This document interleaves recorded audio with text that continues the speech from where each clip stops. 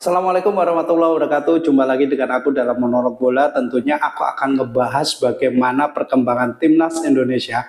Tapi jangan lupa like, subscribe, dan komen di akun ini. Kita mulai monolog bola kali ini dengan dua pertandingan hidup mati timnas Indonesia.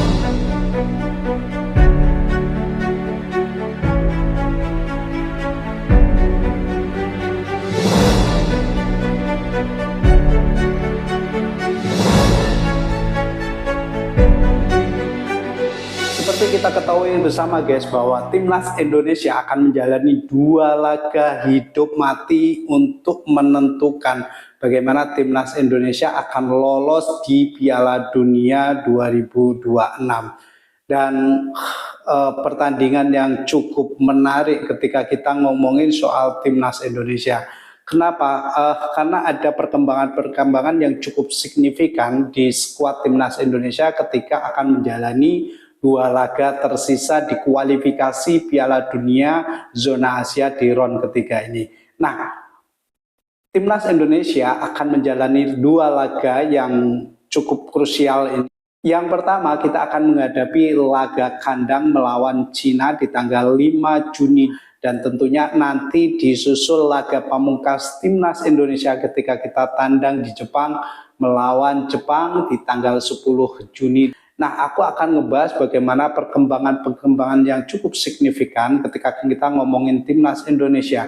Yang pertama, sebelum laga melawan Cina di GBK Jakarta nanti, timnas Indonesia akan menjalani TC atau Training Center ataupun pemusatan latihan. Dan tentunya setelah sesuai dengan rencana bahwa TC timnas Indonesia akan dilangsungkan di Bali. Wow.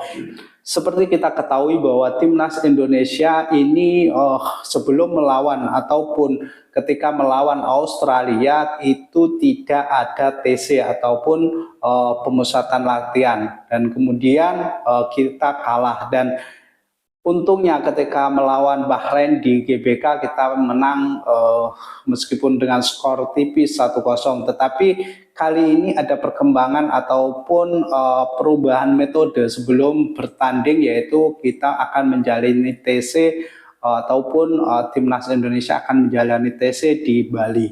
Nah, ini bisa dikata bahwa para pemain yang akan dipanggil, karena sampai hari ini ada Patrick Wilford belum memanggil siapa saja yang ada di skuad timnas Indonesia. Tapi dari perkembangan para pemain timnas Indonesia yang katakanlah yang pemain abroad ataupun pemain yang bermain ataupun membela klub di luar Indonesia itu mengalami perkembangan yang cukup signifikan. Kita tahu bagaimana kapten timnas Indonesia JIJ selalu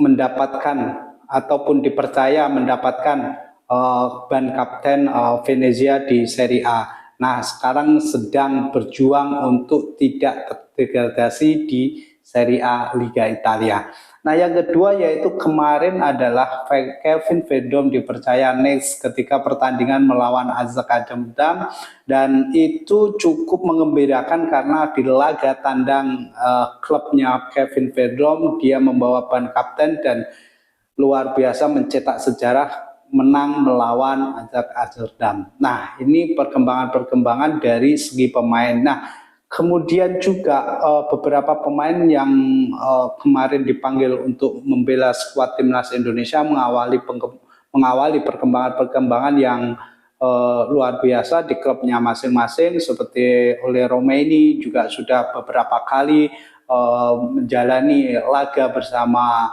Oxford United. Kemudian Marcelo Ferdinand dia juga menjalani debut bersama Oxford United, dan beberapa seperti Justin Hapner di klubnya juga mengalami perkembangan.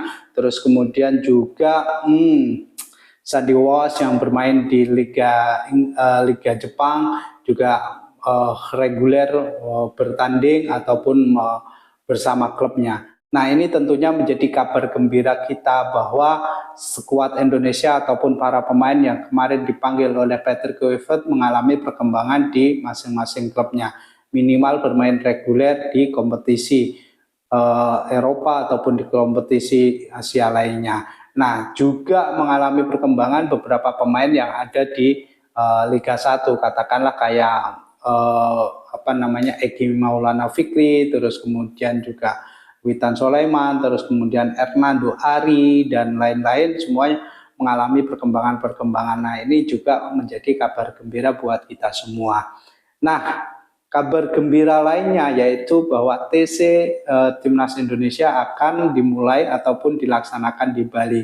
Ini ada kabar yang cukup menggembirakan ketika beberapa pemain yang sudah datang di Bali. Salah satunya adalah Marcelo Ferdinand, terus kemudian juga ada Asnawi Mangku Alam, terus kemudian juga yang satu lagi yang cukup ditunggu-tunggu oleh supporter Timnas Indonesia, pecinta sepak bola Indonesia dan publik sepak bola Indonesia adalah comebacknya Elkan Bakot. Nah, kemarin ada informasi bahwa Elkan Bakot sudah ada di Bali. Nah, apakah dia akan menjadi ataupun dipanggil oleh Patrick Kluivert untuk menjalani laga melawan Cina dan Jepang, nanti kita tunggu saja bagaimana perkembangan dari Timnas Indonesia ini. Dan tentunya kalau melihat dari sinyal ataupun gerak-gerik ataupun kabar ataupun rumor yang beredar bahwa Elkan Bakot akan comeback bersama Timnas Indonesia, ini ya kita sangat gembira sekali ya. Ada tambahan back jangkung yang cukup luar biasa ketika kita ngomongin Elkan Bakot. Nah, jadi perkembangan-perkembangan itulah yang kemudian kita merasa bahwa Timnas Indonesia ini akan menjalani laga krusial melawan Cina di tanggal 5 Juni 2000, kemudian melakoni laga tandang melawan Jepang di tanggal 10 Juni 2025. Tentunya kita berharap dari dua laga ini Timnas Indonesia mampu mendapatkan poin, ketika melawan Cina mampu mendapatkan 3 poin, dan tentunya melawan Jepang yang notabene katanya kabarnya akan melakukan rotasi pemain dan memasang para pemain di skuad keduanya. Tentunya kita berharap sebagai supporter Timnas Indonesia untuk supaya agar Timnas Indonesia kita lolos ke Piala Dunia. Oke, itu dulu monolog bola kali ini, dan tentunya jangan lupa like, subscribe, dan komen di akun ini, dan kita akan kembali di monolog bola berikutnya. Bye-bye dan wassalamualaikum warahmatullahi wabarakatuh.